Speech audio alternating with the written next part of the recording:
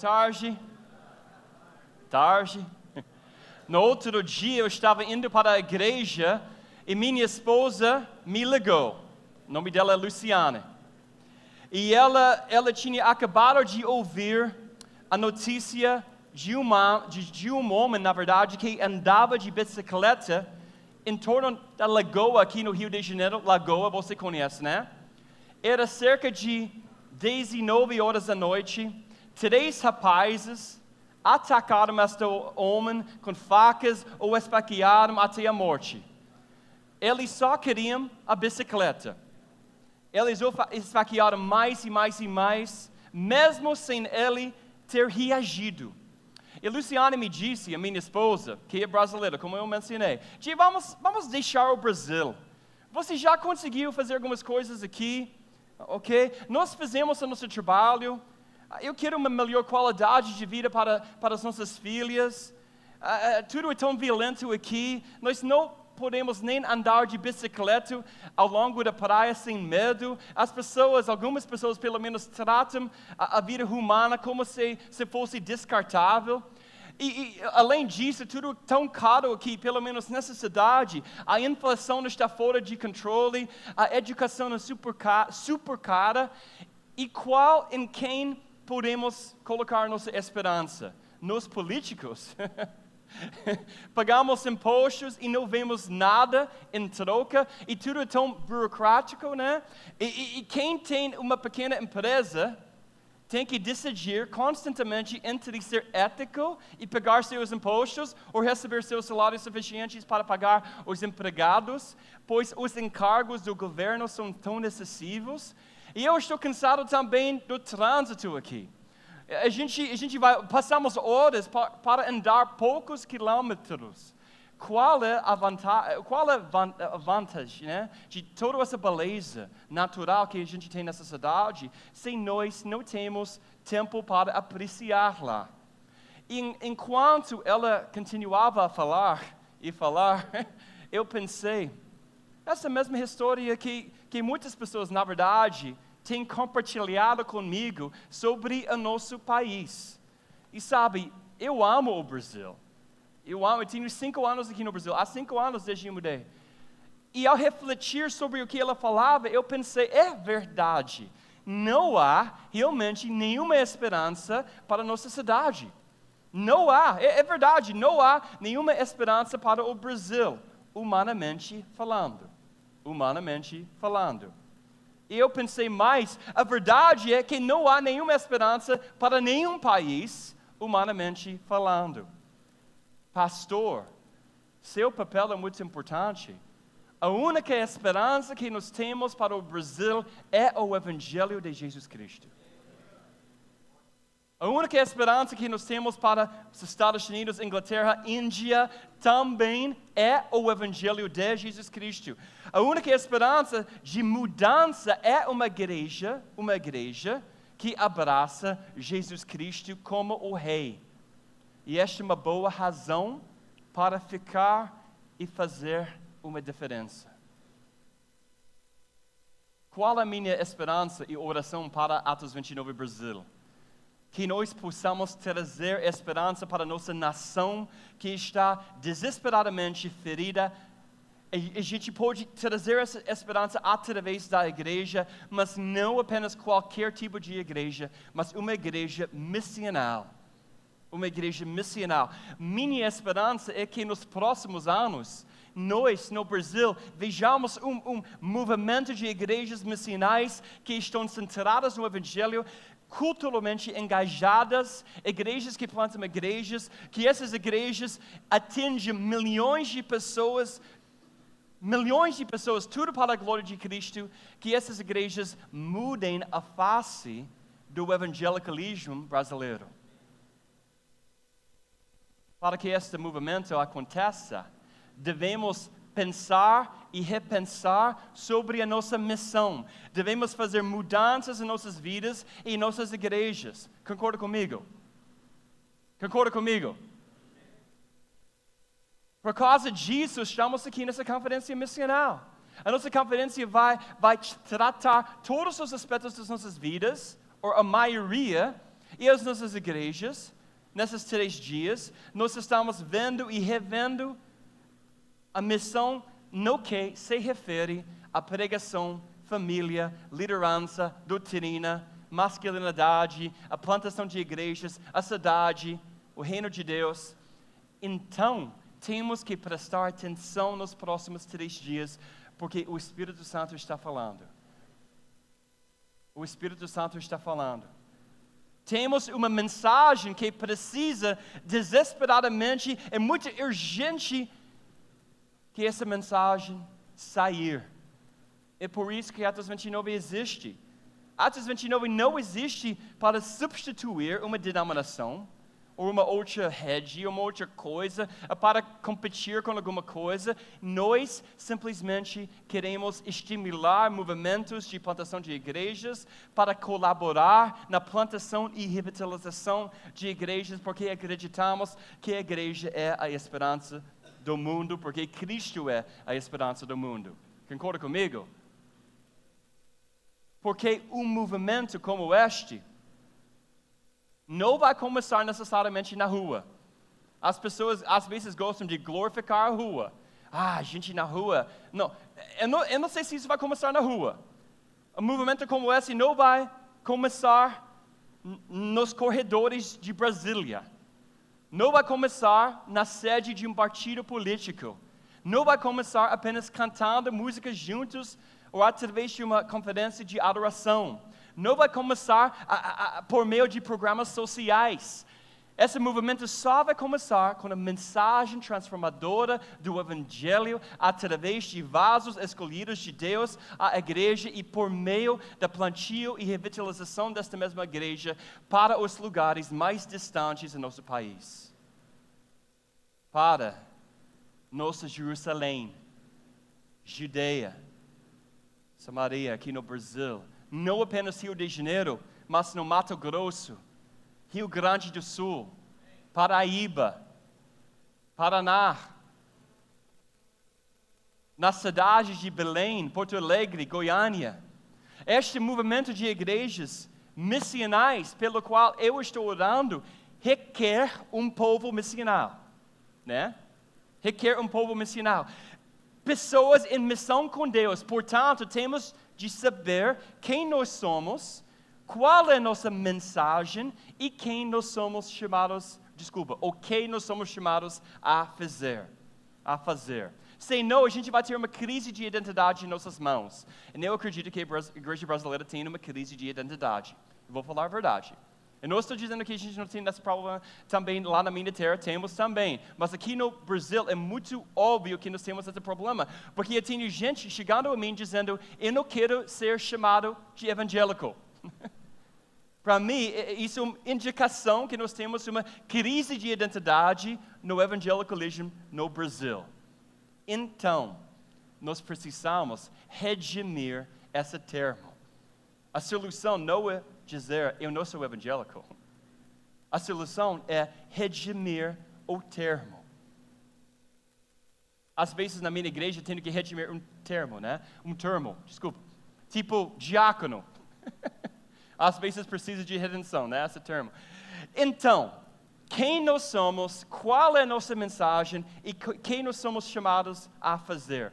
Vamos usar as Escrituras como nossa guia. Sem as Escrituras como nossa guia, qualquer tentativa de criar movimento é apenas alguma coisa superficial ou artificial. Então, vamos abrir nossas Bíblias em João capítulo 20, 19 até 21, um famoso texto sobre a missão. Vamos ficar em pé enquanto nós estamos lendo a palavra de Deus juntos. Vamos ficar de pé. Obrigado. Ao cair da tarde daquele primeiro dia da semana, estando os discípulos reunidos a portas trancadas por meio dos judeus, Jesus entrou, pôs-se no meio deles e disse, paz seja com vocês. Tendo dito isto, mostrou-lhes as mãos e o lado. Os discípulos alegraram-se quando viram o Senhor. E novamente Jesus disse, paz seja com vocês. Assim como o Pai me enviou, eu os envio. Essa palavra de Deus. esta tarde. Amém? Amém. Vocês podem sentar. Jesus está dizendo a seus discípulos: como o Pai me enviou, também eu estou enviando vocês. O que exatamente isso significa?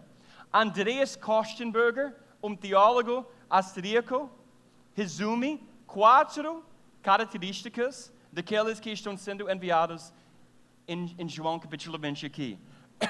Em primeiro lugar, afirma Kostenberger, eles trazem glória e honra para o que envia. Em segundo lugar, eles fazem a vontade do que envia, fazendo as suas obras, falando as suas palavras. Eles reconhecem Jesus como Senhor. Em terceiro lugar, eles testemunham sobre o enviador e o representam. Exatamente. Eles não reescrevem a mensagem do Evangelho. E finalmente, eles fazem isso no contexto de comunidade. Isto é o que significa ser enviado por Deus. Agora eu vou simplificar isso um pouquinho. Somos enviados então com a mensagem do Evangelho para uma cultura particular para expandir o reino de Deus. Está comigo?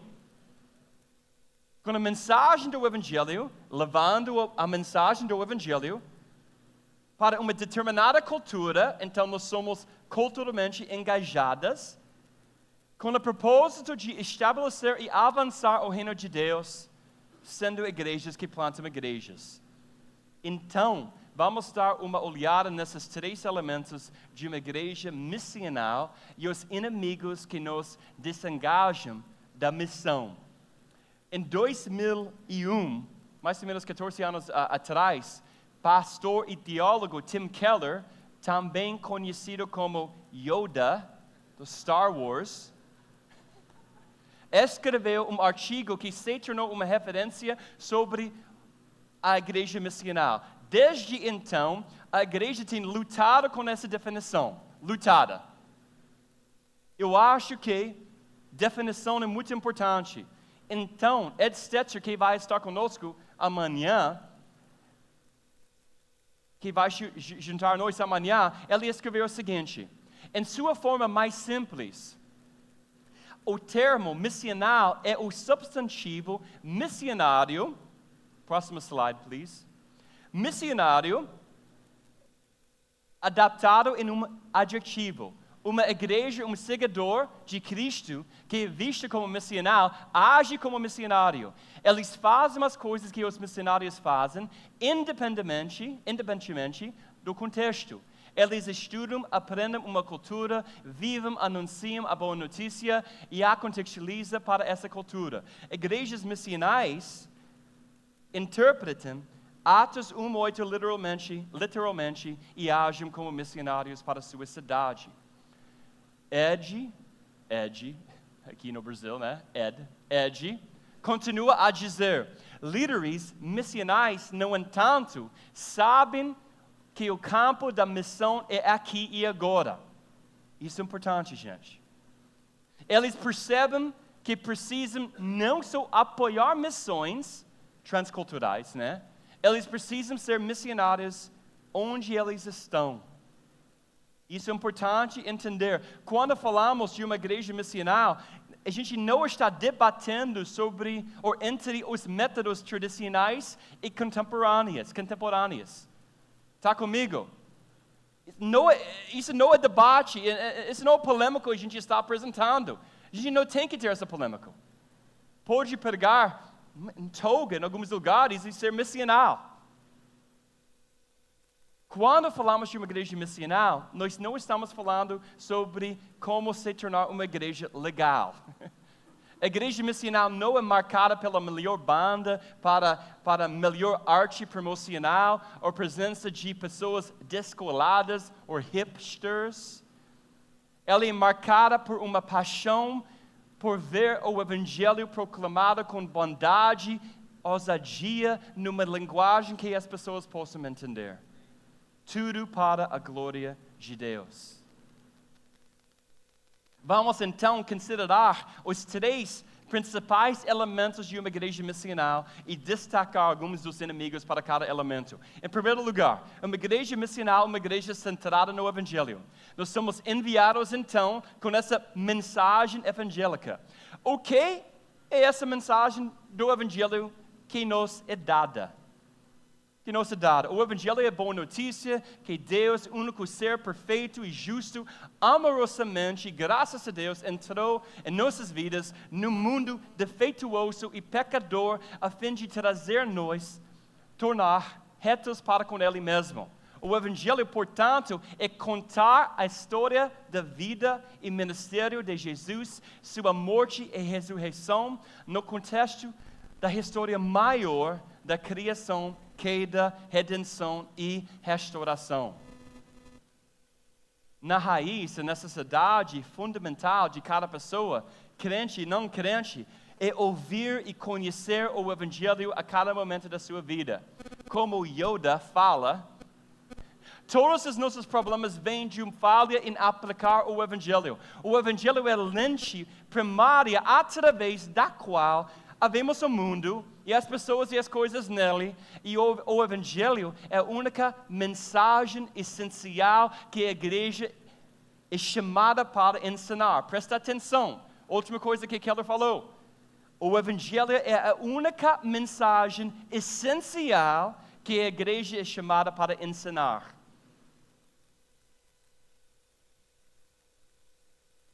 Uma igreja missional entende que o Evangelho não é negociável. Entendemos que o Evangelho é tanto um meio de salvação e caminho para a santificação. Então, quais são os inimigos desta centralidade do Evangelho que nós encontramos em nossas igrejas nos dias de hoje? Em primeiro lugar, muitas vezes nós temos uma falta de clareza do Evangelho. Muitas vezes. Muitas igrejas têm ido longe demais, a ponto de reescreverem a mensagem do Evangelho para atender às suas necessidades. Isto não é contextualizar, é revisar. Revisão do Evangelho sempre leva a uma inversão do Evangelho. Meu amigo que está plantando uma igreja lá em Dubai, o nome dele é Dave Furman, ele escreveu o seguinte: não há melhor mensagem que nós podemos compartilhar. E por isso, não há necessidade de mudá-la, reescrevê-la, acrescentá-la ou subtraí-la. Se você ajustar o Evangelho, você vai destruí-lo. Podemos ir para o próximo slide. Revisão do Evangelho é sempre igual a revisão do Evangelho é sempre igual com a reversão do Evangelho. E numa cultura que é diferente da nossa, e até mesmo em contextos perigosos, por que a gente proclamaria uma mensagem que não tem poder para salvar as pessoas? Nós não somos os autores do Evangelho, mas embaixadores. Como embaixadores, não temos a autoridade para mudar a mensagem. Amém? Temos de ser claros sobre a coisa principal. Paulo chamou o Evangelho a mensagem de primeira importância. A igreja missional é centrada no Evangelho. No entanto, a nossa metodologia pode criar problemas, né? O que nos leva ao nosso segundo inimigo da centralidade do Evangelho. Uma ênfase exagerada sobre metodologia. Colocar a forma acima da função. A igreja missional não vai enfatizar metodologia acima do Evangelho. Como a gente faz isso? Deixe-me dar apenas alguns exemplos aqui. Muitas igrejas grandes são atraentes por natureza. E até aí tudo bem. Mas muitas vezes nas igrejas que enfatizam a relevância, isso acaba sendo um fim em si. Você encontra isso em igrejas que falam mais sobre seus números, finanças, experiências de adoração do que Jesus. Muitas vezes essas igrejas tentam criar experiências que correspondem as experiências encontradas no mundo, às vezes com sucesso, às vezes não. Mas o problema é que o evangelho é muitas vezes perdido nessas tentativas de divulgação, como não há nenhuma apresentação clara do evangelho, e na pior de hipóteses, o meio se torna a mensagem. O meio se torna a mensagem. As pessoas acabam se tornando tão obsessadas com o meio que eles realmente esquecem a mensagem. Isso acontece muito com louvor. Eu dirigi louvor por muitos anos, né? Eu sei, se eu pegar uma guitarra, eu faço um pouco de delay, o som é muito legal, todo mundo está lá, eu gosto do som aqui, o Espírito Santo está chegando aqui. Não necessariamente, gente. Você pode ser reproduzindo alguma coisa do mundo que não tem nada a ver com o Espírito Santo.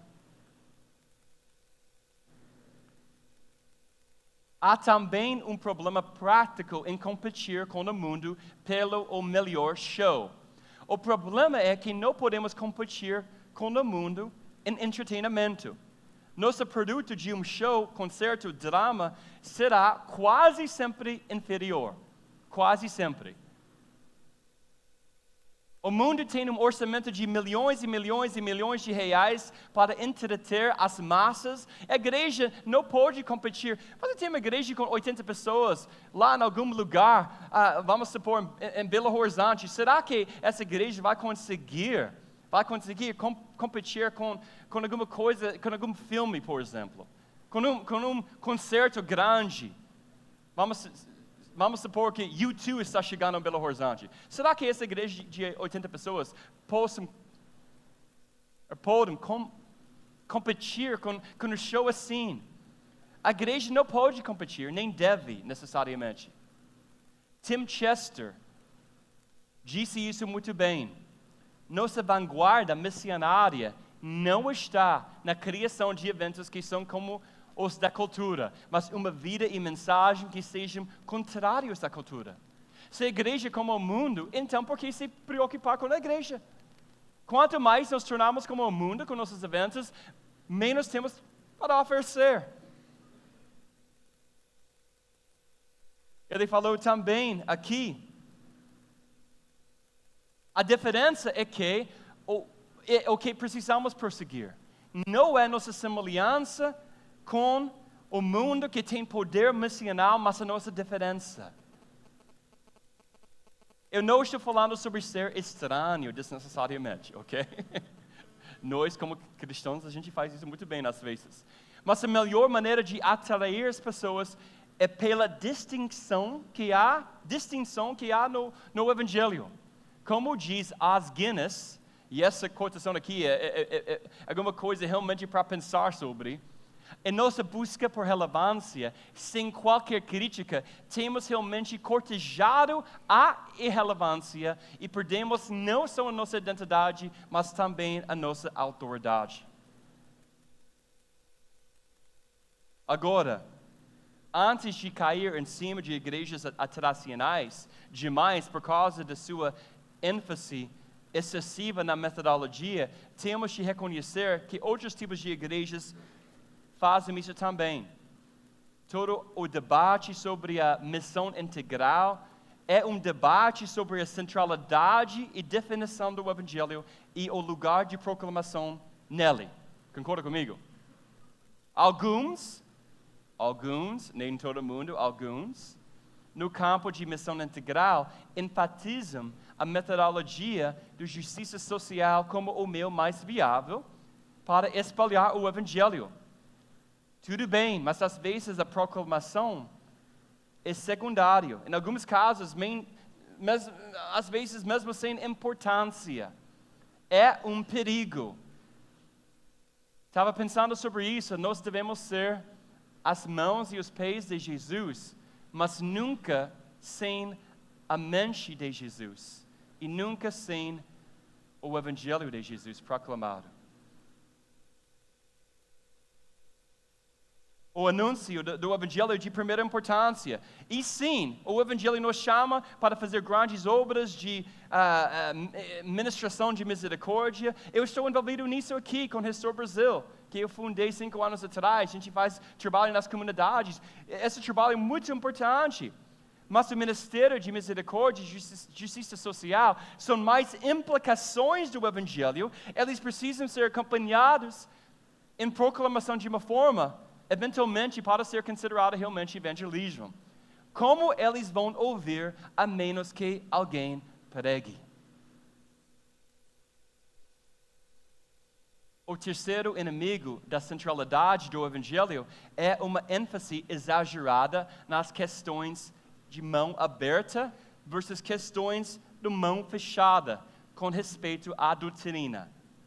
Você entende essa ideia, né? Mão aberta, mão fechada, não preciso explicar para vocês, né? Coisas na mão fechada são coisas essenciais, tipo trindade, Jesus Cristo morreu. Mão aberta seria alguma coisa, sua perspectiva sobre dons espirituais, por exemplo.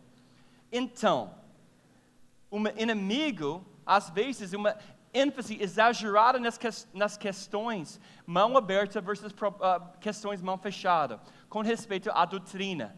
E quando o Evangelho de Jesus Cristo não é interessante ou suficiente, nós temos uma tendência a nos perder e enfatizar doutrinas secundárias ou enfatizar demais um distintivo em particular. Pior ainda, muitas vezes nós fazemos isso até o ponto onde a gente não está disposto a colaborar com outros para o trabalho do reino de Deus, porque eles não concordam conosco sobre alguma coisinha. Quando os nossos debates preliminares são sobre se as crianças devem participar no culto, ou se bateria é permitida, ou que constitui movimento físico apropriado na igreja, estamos geralmente lidando de questões da mão aberta. É triste que muitos de nós passamos muito tempo discutindo essas ideias quando nosso país está no estado em que se encontra e precisa desesperadamente de ouvir o Evangelho. 4, inimigo à centralidade do Evangelho, uma ênfase exagerada na refutação ao erro. Refutar o erro é um trabalho crítico de qualquer presbítero ou pastor, né? Mas não é necessariamente a nossa principal missão como pastor. Note a palavra principal. Devemos batalhar pela fé, como nós lemos em Judas, né? Como parte do Evangelho, mas gastar inúmeras horas na internet caçando heresias não nos levará a lugar nenhum. Nós não vamos criticar as pessoas o suficiente para trazê-las a uma vida centrada no Evangelho. Crítica interminável ao neopentecostalismo não é a mensagem mais urgente que a igreja tem para compartilhar. O Evangelho é.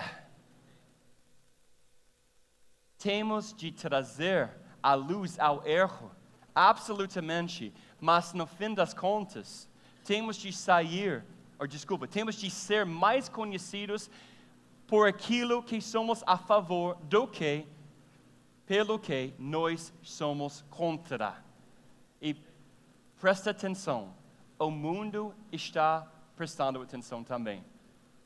E eles não entendem algumas coisas que a gente está dizendo. Então, cada vez que você posta alguma coisa criticando o neopentecostalismo no Facebook, será que todos os seus amigos que não são crentes, será que eles estão pensando alguma coisa? É verdade, crente é assim. Reinforçando esses stereotypes. Eu esqueci a palavra em português, gente. Obrigado. Guy, pode me ajudar aqui? Obrigado. Portanto, temos de evitar esses inimigos. A igreja missional faz isso através da criação de uma cultura do Evangelho em nossas igrejas. Ray Ortlund, que estava aqui no último ano, diz que uma igreja missional centrada no Evangelho tem tanto a doutrina do Evangelho quanto uma cultura do Evangelho. Ambos são critical. Nós temos igrejas que têm a doutrina do Evangelho, mas não têm a cultura do Evangelho, não têm a cultura de graça na igreja. Complicado, gente. A igreja missional tem influência no Evangelho. Ela lembra que a resposta para cada pergunta é o Evangelho. Como é que a igreja vai crescer? Como vai melhorar as nossas finanças? Como nós podemos desenvolver a crente para ser mais maduro? Como a gente vai plantar mais igrejas? Como vamos tocar as pessoas que estão à margem? Como os líderes vão emergir? O Evangelho, o Evangelho, o Evangelho é a resposta para cada uma dessas perguntas. Então, a gente já conversou sobre o fato de que uma igreja missional é uma igreja centrada no Evangelho. Em segundo lugar, uma igreja missional é uma igreja culturalmente engajada. Culturalmente engajada. Somos enviados para uma determinada cultura. Quando eu me mudei para o Brasil, eu tive que aprender a língua, que ainda estou aprendendo, e a cultura. Qualquer missionário tem que fazer isso, né? Engajamento cultural tem tudo a ver com a linguagem que usamos em todas as áreas das nossas vidas. Outra palavra para isso é a contextualização do Evangelho. Uma igreja missional entende isso. Eu tive que aprender isso, muitas vezes, de uma maneira mais difícil. Deixe-me compartilhar uma história com você. Quando eu me mudei para o Brasil, 5 anos atrás, eu trouxe minha bicicleta comigo. Ok? Estados Unidos para cá, bicicleta. Era uma bicicleta agradável, que vale cerca de $300, mas, como a gente sabe aqui no Brasil, valoriza pelo menos R$3.000. E a gente não tinha crianças ainda, a gente não tinha as nossas filhas, então eu tinha muito mais tempo livre. E eu andava de bicicleta os sábados de manhã, né, à procura de um lugar para jogar vôlei. Eu joguei vôlei da praia por anos lá em Flórida, enquanto eu estava morando lá. Eu queria jogar aqui no Brasil também. Um dia, eu montei a minha bicicleta, estacionei essa bicicleta em frente ao Windsor Hotel, aqui na Barra, e com meu terrível português, eu conseguia fazer alguns amigos na época. Tudo bem?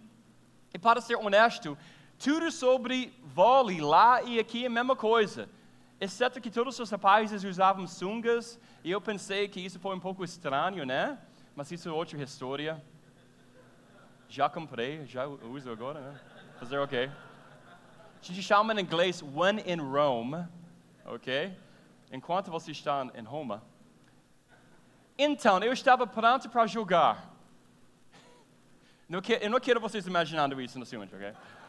Eu estacionei a minha bicicleta em frente desse hotel, tranquei a bicicleta no bicicletário, comecei a descer para jogar. Algumas horas mais tarde, quando eu voltei, fiquei chocado para descobrir que a minha bicicleta não estava lá.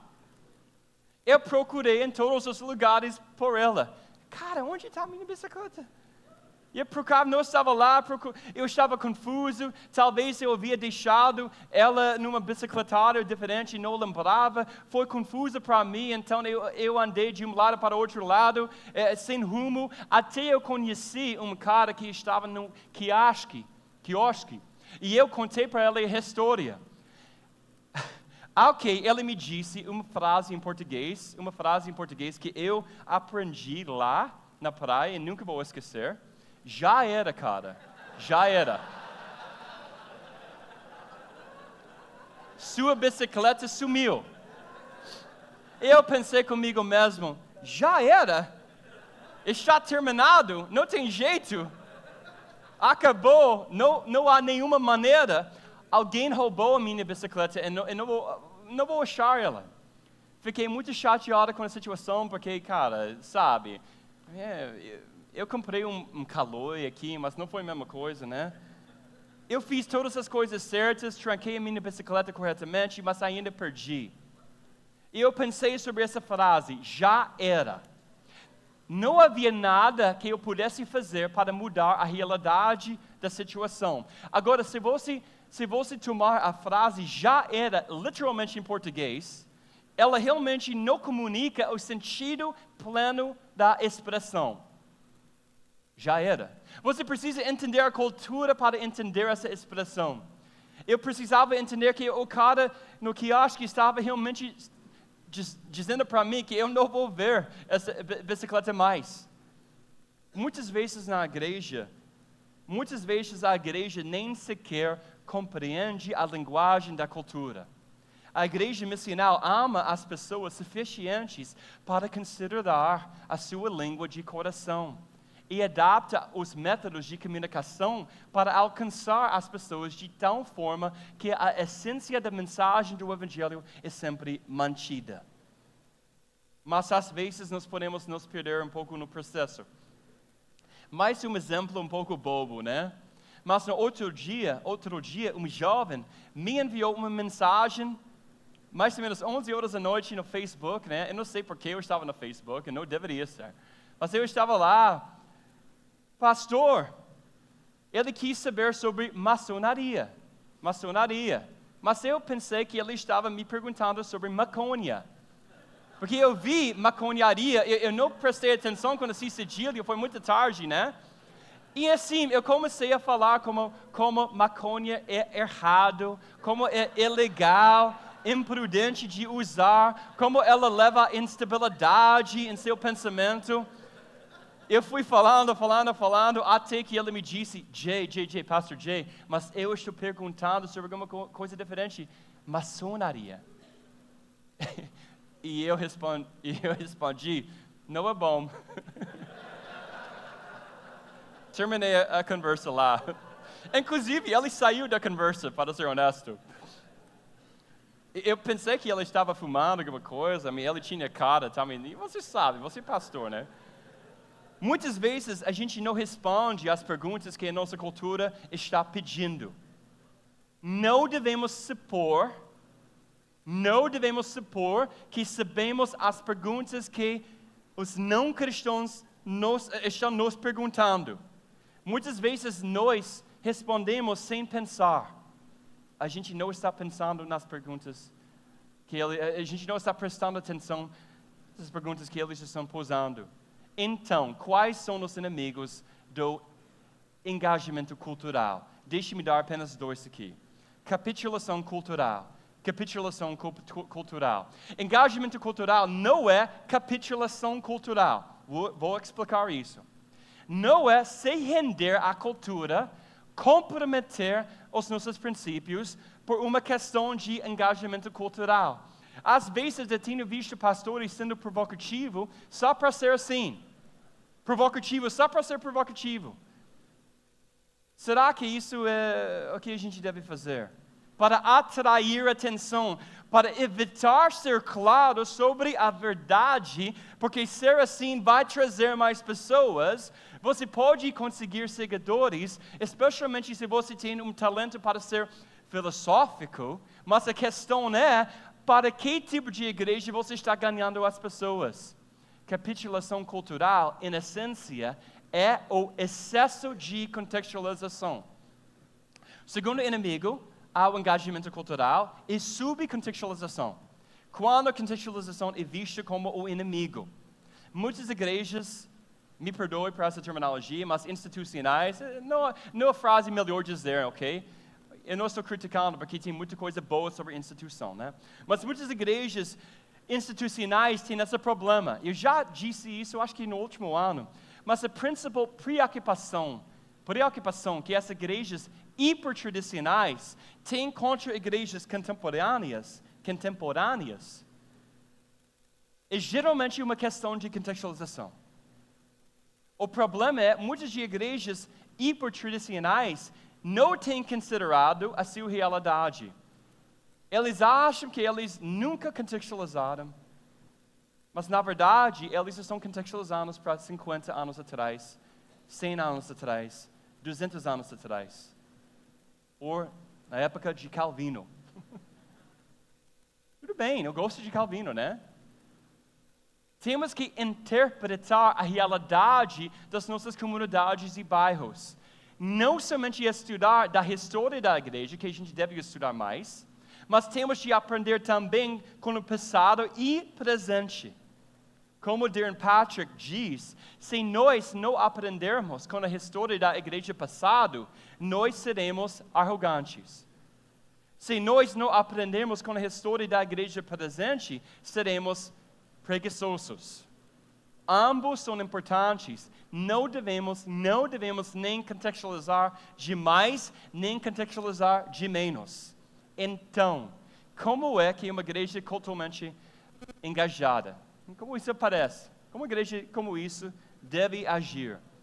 Por ser D.A. Carson, que não é um emergente, não é um hipster, ele falou o seguinte, ele escreveu que uma igreja engajada com a cultura tem esses aspectos. Eles são uma igreja para a cidade, para a cultura, para as pessoas onde Deus os colocou. Se você não é para a cidade, a cultura, as pessoas onde Deus colocou você, você é provavelmente da cultura ou contra a cultura. E algumas igrejas são acima da cultura. Deixe-me explicar. Algumas igrejas são da cultura, eles abraçam tanta cultura que eles perdem o seu caráter distintivo. Algumas igrejas são contra a cultura, então eles se opõem à cultura, que eles perdem a sua relevância. E algumas igrejas são acima da cultura, eles super espiritualizam tanto a vida, que eles perdem seu ponto de contato. Uma igreja para a cultura, uma igreja missional. Uma igreja para a cultura se envolve na cultura a fim de transformá-la pelo poder do Espírito Santo, pelo poder do Evangelho. Uma igreja missional entende as histórias da cultura através de filmes, música, literatura, a fim de melhor compreender as esperanças, sonhos, medos das pessoas, para que ela possa voltar e contar a história da cultura à luz de Jesus. Essas últimas 4 palavras são essenciais. À luz de Jesus, à luz do Evangelho. Isso é o que significa ser culturalmente engajado. Vamos dar uma olhada no nosso último ponto aqui. Uma igreja missional, uma igreja que planta igrejas. Então, a gente tem falado sobre a igreja missional, uma igreja centralizada no Evangelho, né? Também uma igreja que vai contextualizar o Evangelho. Terceira coisa aqui, uma igreja missional, uma igreja que planta igrejas. A igreja missional está preocupada com isso. Plantar igrejas é a metodologia evangelística mais eficaz debaixo do céu.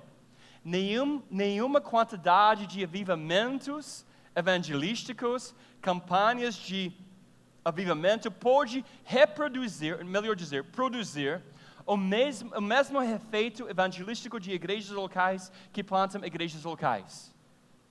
Uma igreja missional é uma igreja que planta igrejas. Uma igreja que planta igrejas. Ela está preocupada em se reproduzir até mesmo multiplicar-se. Eu não tenho tempo esta tarde para entrar em todos os inimigos que impedem a igreja de se tornar uma igreja que planta igrejas. Mas há muitos. É uma liderança focada para dentro. Uma outra é uma falta de visão do reino. A falta de visão de reino. Outra é uma mentalidade de pobreza em termos de finanças. Outro é um desejo de construir o seu reino tão grande que você nem pensou, você nunca vai pensar em plantar uma igreja. O verdadeiro teste para você e para mim é ser um novo pastor, sem mudar, né? Para seu bairro, e ele quer plantar uma igreja lá. Como você se sente? Você fica chateado? Você é solidário? Você quer ver a mensagem do Evangelho se espalhando pelo seu bairro através de alguém que não seja você, ou da sua igreja? A igreja missional tem a mentalidade de reino, colabora com as igrejas com a mesma mentalidade para ver igrejas plantadas, sem um esforço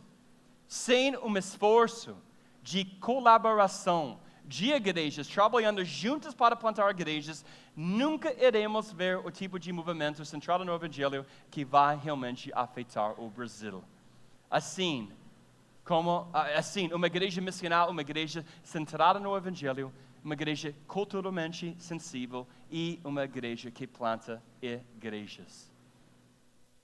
Irmãos e irmãs, o Senhor está chamando você para plantar, pastorear, revitalizar as igrejas de modo que elas sejam verdadeiramente missionais, para que elas sejam centradas no Evangelho, culturalmente sensíveis, orientadas para plantar novas igrejas para a glória de Deus.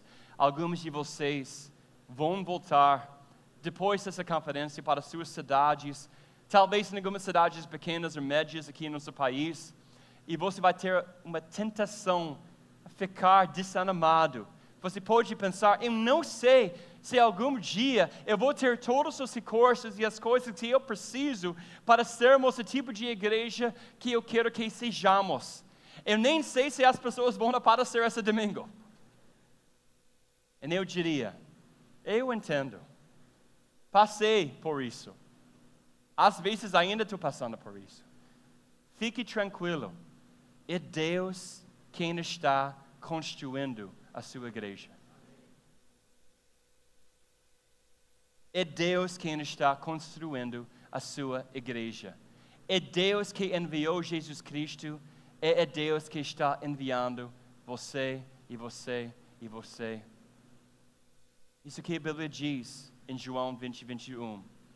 Jesus é mais preocupado sempre com a fidelidade do que com os resultados. Graças a Deus, no reino de Deus, algumas coisas podemos dizer, já era. Como a sua salvação, como a sua justificação, como a sua posição diante de Deus.